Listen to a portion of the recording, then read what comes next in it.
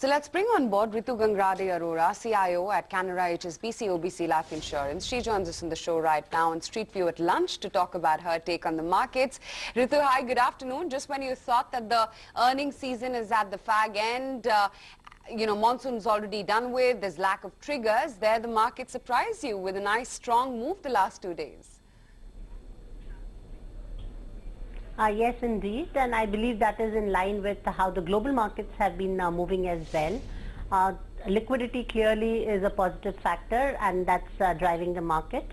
And we've seen some ebbing in the outflows that we were seeing from FIIs. So it's clearly bought by liquidity. Yeah, indeed. And, Ritu, one is seeing a very smart move in the entire auto space right now. Tomorrow, day after, we'll have the auto sales numbers as well trickle in by. Would you say that the strength is going to be here to stay? And are there indications that the sales for the month gone by are going to be strong and would justify the stock price action too? Personally, we've been overweight the auto sector. I've spoken about it on your channel as well. Be it passenger car, two-wheeler or auto ancillaries, we do believe that there will be good demand. They are positive from the fact that the crude has been low and it's far more affordable to own these vehicles. There are benefits of GST that the sector will experience. Besides that, also the fact that inflation has been low, benefits all around. So auto numbers, yes, expected to be good, positive, and a sector that we are bullish on. What are the other sectors you're bullish on, Ritu? For example, banking. How are you reading the banking space? Banking space clearly divided between private sector banks and public sector banks.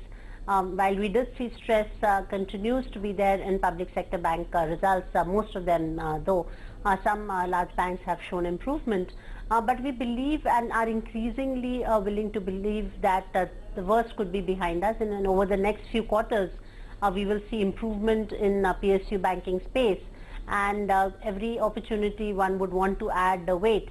And if we believe that the next 3 years is great for Indian markets, clearly that rally cannot be without bank participation. So a sector that we like very much, it's a reflection of the economy, and continue to be bullish on.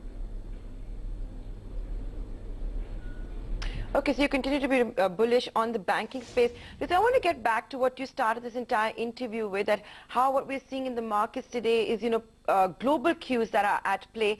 What are the domestic triggers to watch out for?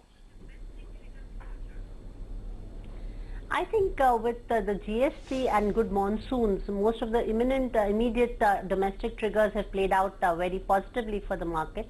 I believe now the market will continue to look out for improvement in corporate earnings, for which of course we'll have to wait for a couple of months longer.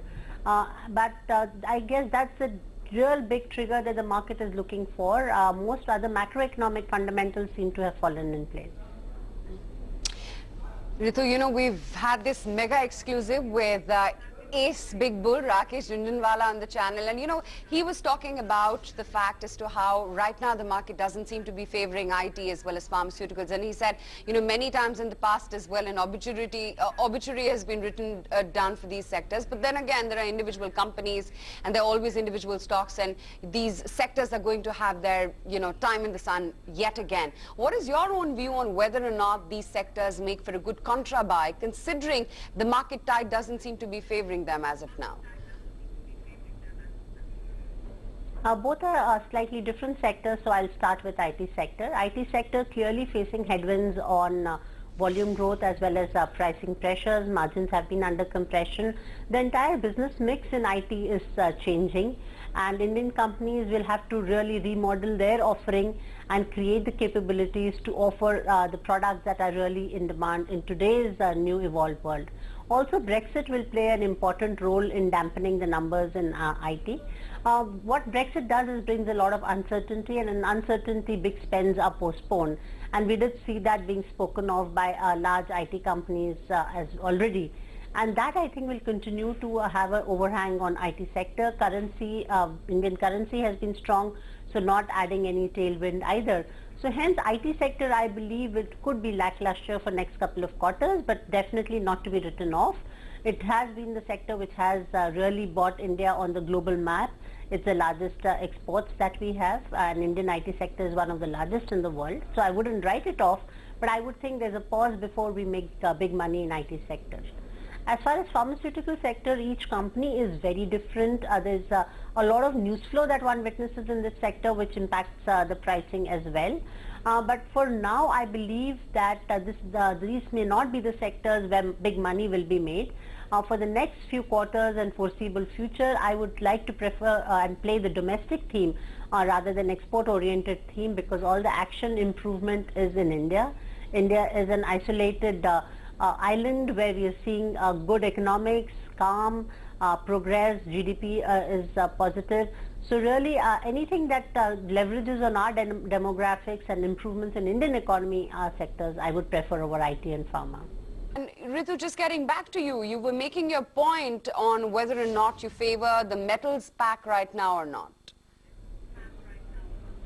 As a fundamental investor, I see froth in metal stocks. I wouldn't favor any fresh investments. Having said that, last few months, the fact that metals have been the best performing stocks in the sector, it surely pains. But I wouldn't make any new investments either. There's really no fundamentals to support the kind of price action we've seen. Okay, Ritu, we're going to have to leave it at that. We're running out of time. So like Rakesh Jhunjhunwala, you also are not very enthused by the metal pack. Thanks for joining us here on ET Now. Time for a short commercial break. We'll be back with more market